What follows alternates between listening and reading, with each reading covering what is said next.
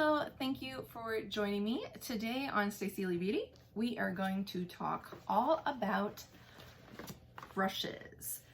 We're going to start with the eyes, and I'm going to be using the Too Faced Chocolate Gold palette for this video. This is my pan project. Usually I always start with a fluffy brush to put a layer down. If you could use an eyeshadow primer, or if you just want kind of a cream neutral color to put down. I usually use a fluffy brush. So this is the IT brushes for Ulta number 322 Plush All Overshadow. So you can kind of see how it's fluffy, it's not too dense, it has some give. Or here is a Wet n Wild brush that's even a little bit more fluffy.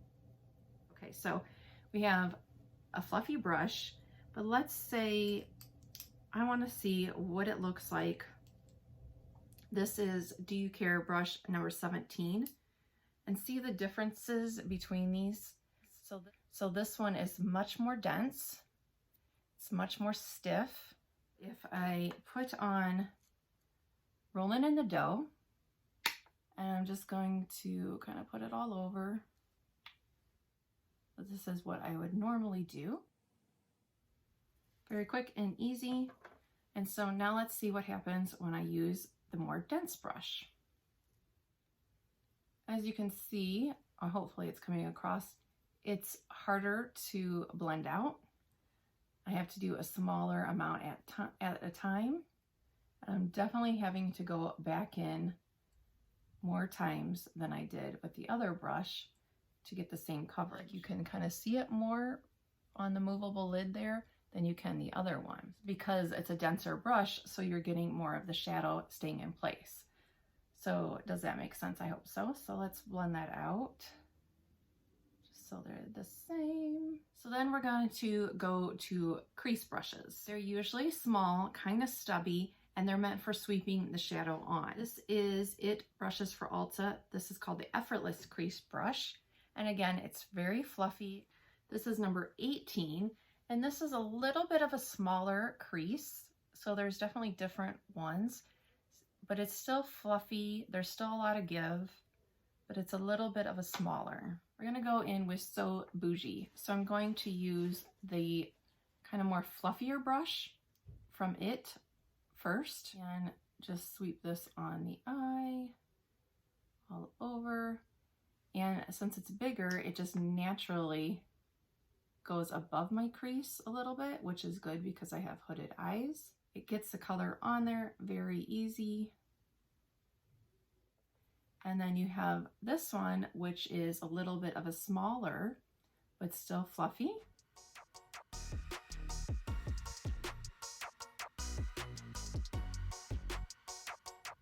So you can see that this one does go above the crease a little bit, but since it's not quite as big and fluffy, it doesn't go as high as this one. So if you have hooded eyes, for the crease brush, I like to use a little bit of a fluffier one, bigger one, because then it automatically is putting more. See, if I look straight on, you're seeing more of, I'm using the wrong brush, you're seeing more of the color on this one, and so it just is easier to get that above the crease. Say if I wanted to use, just to kind of show, this is more of an eyeliner brush or an eyebrow. See how short? It's very stiff. I mean, there's a little bit of give, but definitely stiffer. So if you were gonna try to use that in the crease, it really doesn't blend very well, and you're gonna just get a very saturated color right there. For the outer corner of the eye, you want a more angled brush, because it just makes sense because you're kind of going more on an angle. So I have the Do You Care brush number 19, or this is an e.l.f. eye defining brush. These are both, as you can see, an angled brush. So you're gonna get the same vibe from each of these. So I'm gonna use the Do You Care 19 brush. So this is angled. Now, what happens if I didn't have that? And this is a pure blending crease brush, very fluffy, similar to the one that I used over here in my crease. So let's see, what is the difference between using both of these for the outer corner? we're going to go in with Cocoa Truffle. And so on this eye, I'm going to use the angled brush. It just follows the shape of your eye. You can go up into the crease. So now let's see what happens if I use the fluffy crease brush. So I'm not getting quite the angle of being able to go up into the crease. It's just a little bit harder to get up. It may not be dramatic, it's just that it kind of seems like some brushes make it easier to apply the makeup than others. Let's do a cut crease. I'm gonna use the Catrice Liquid Camouflage. Again, this is my pan project. I gotta do an update soon on that. And this is the It for Ulta Smoothing Concealer. So you can see it's kind of flat. It's got a little bit of give, but it's pretty dense. And I'm going to put the concealer on the back of my hand and pat that on.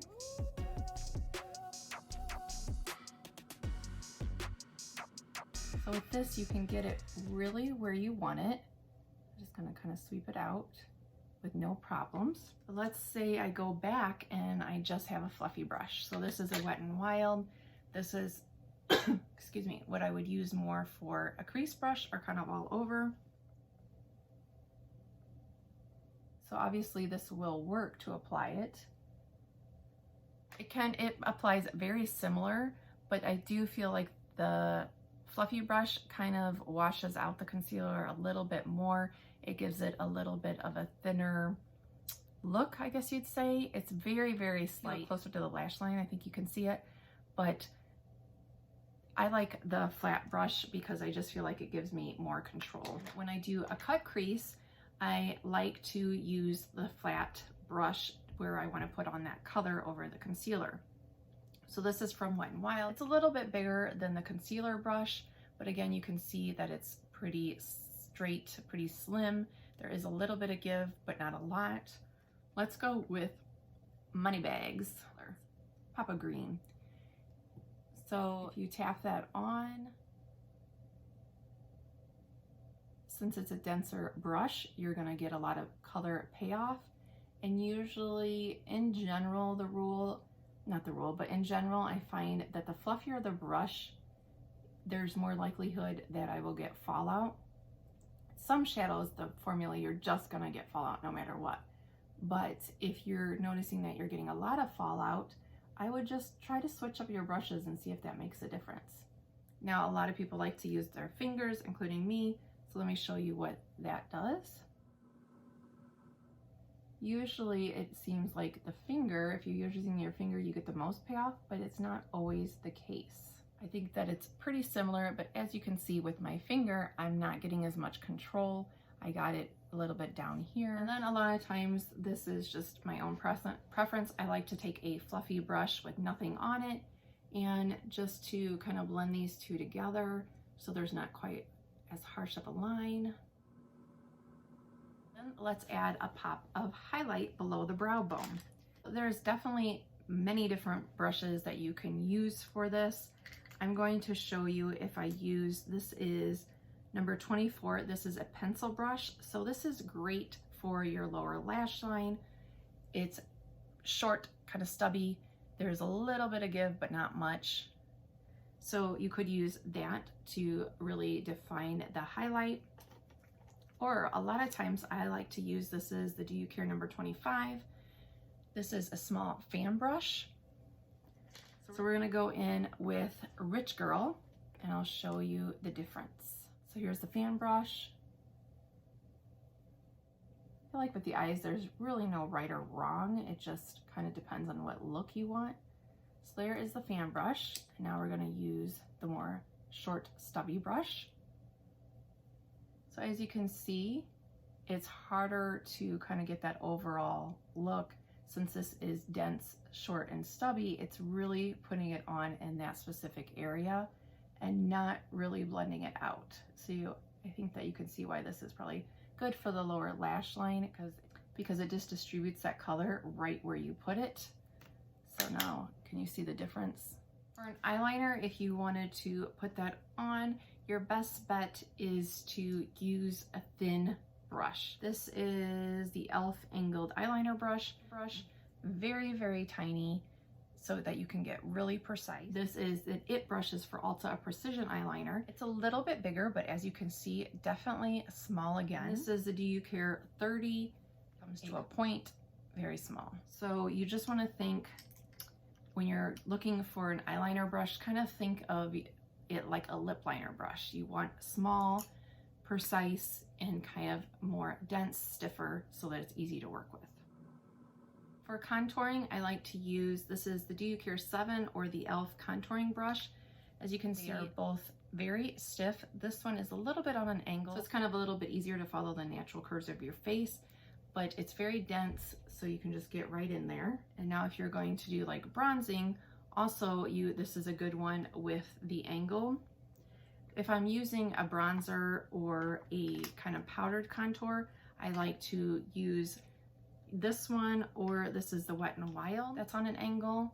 This one is a little bit not as stiff, a little bit fluffier. I like to use the one with a slight angle, where if I'm using the cream contour, I like to use the e.l.f. one that's a little bit more stiff. I'm gonna use, this is the Pure Rocks. Go in, kind of swirl it all around, and you just follow your natural lines. So like this brush is just very easy with it being angled to follow that line.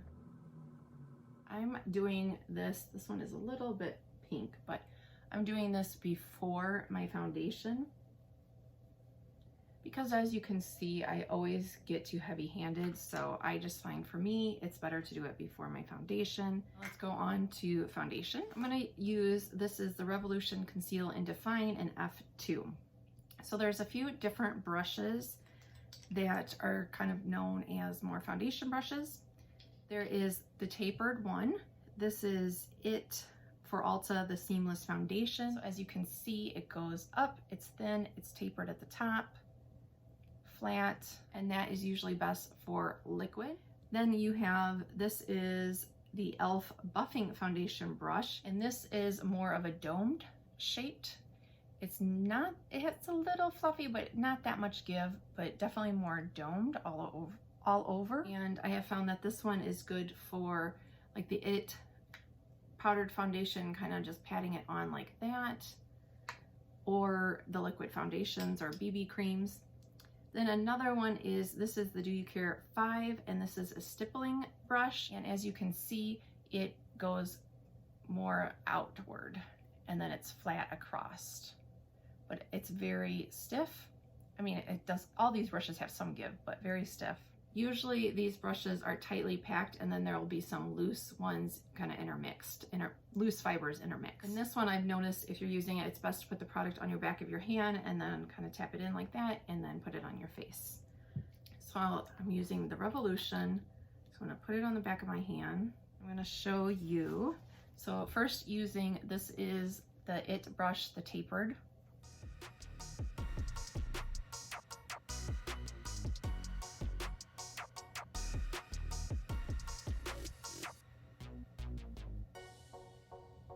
So it goes on pretty good. As you can see, it doesn't really settle into the fine lines or anything. You do have to go back definitely and apply more product to the brush, I feel like. So that's kind of how that one looks. Now let me go on to the e.l.f., the dome shaped one. And I find these are just kind of just your preference. For me personally, I feel like this e.l.f. one, it goes on faster and lays a little bit better. I think the tapered one, you get a little bit more coverage. And so I try to apply the same, but this is with the tapered brush, and this is with the e.l.f. brush, just as to here. Same foundation, try to apply the same amount. So yeah, you can see like right here, I just feel like it gives you a little bit more coverage. Let's go in with the stippling.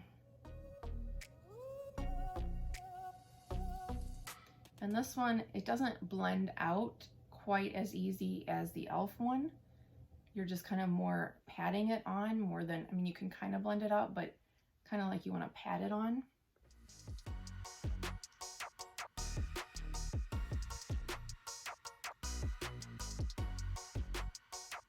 Like what I have found, that these two brushes kind of give you more coverage of the foundation. The e.l.f. one, the dome shaped, kind of just more spreads it out. Do the tapered brush over here.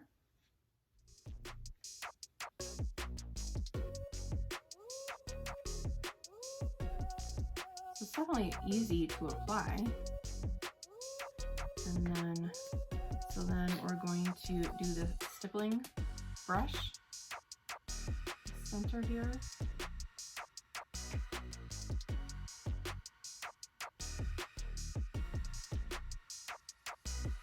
And then let's use the e.l.f. brush on the other side.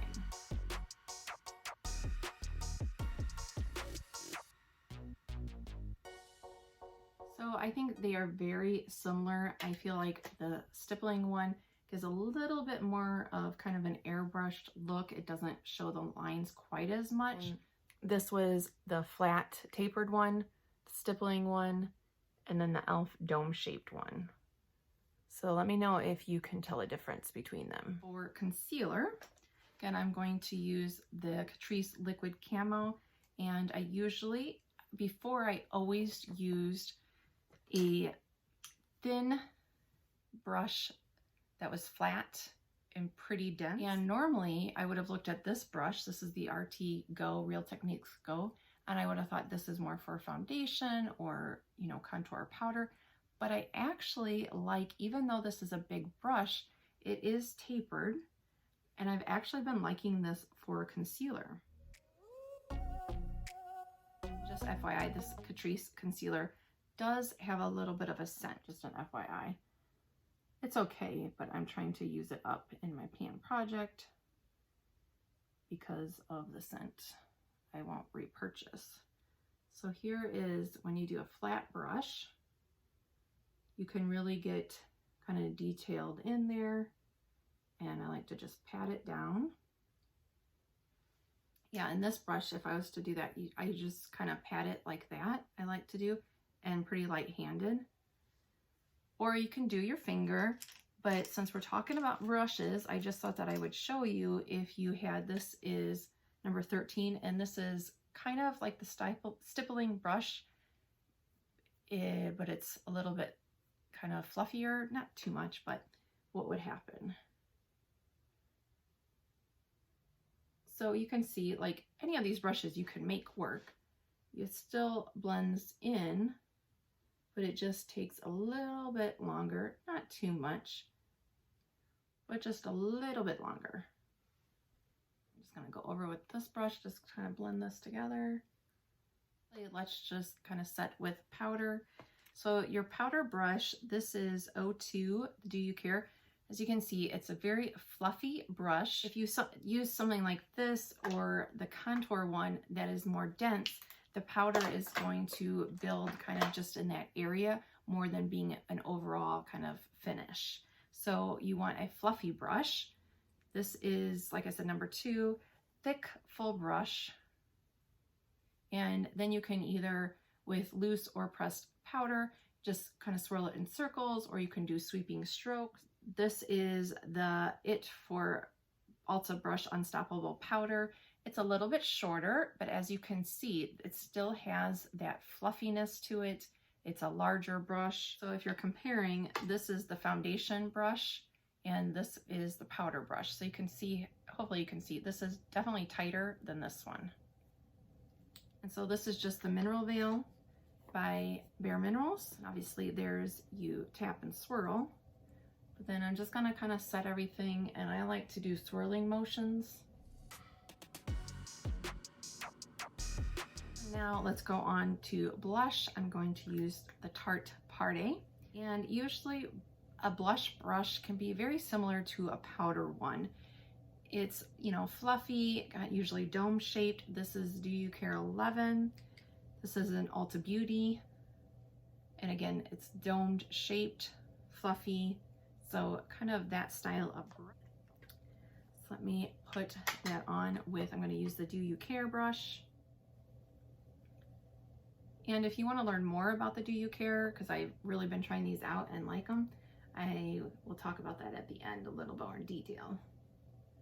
So you want to brush that is fluffy because so it can distribute the color so you don't get kind of that, you know, doll look where you just get the color right there. Because, so this is a concealer brush. It is, as you can see, the flat dense. So if I was going to use that for blush, as you can see, you just are going to get that streak and not really be able to blend it out. It would take a lot of work. So that's why you for sure want a fluffier brush. For highlight, a lot of people use a fan brush. That way you're just getting a little kind of dusting of color. The fan brushes are also helpful when you're doing your makeup to brush away any fallout, but that way you're just kind of dabbing the color on. Before I got a fan brush, this is a powder brush that I was using for cream highlighter. I found that it worked good. I was just able to go like that.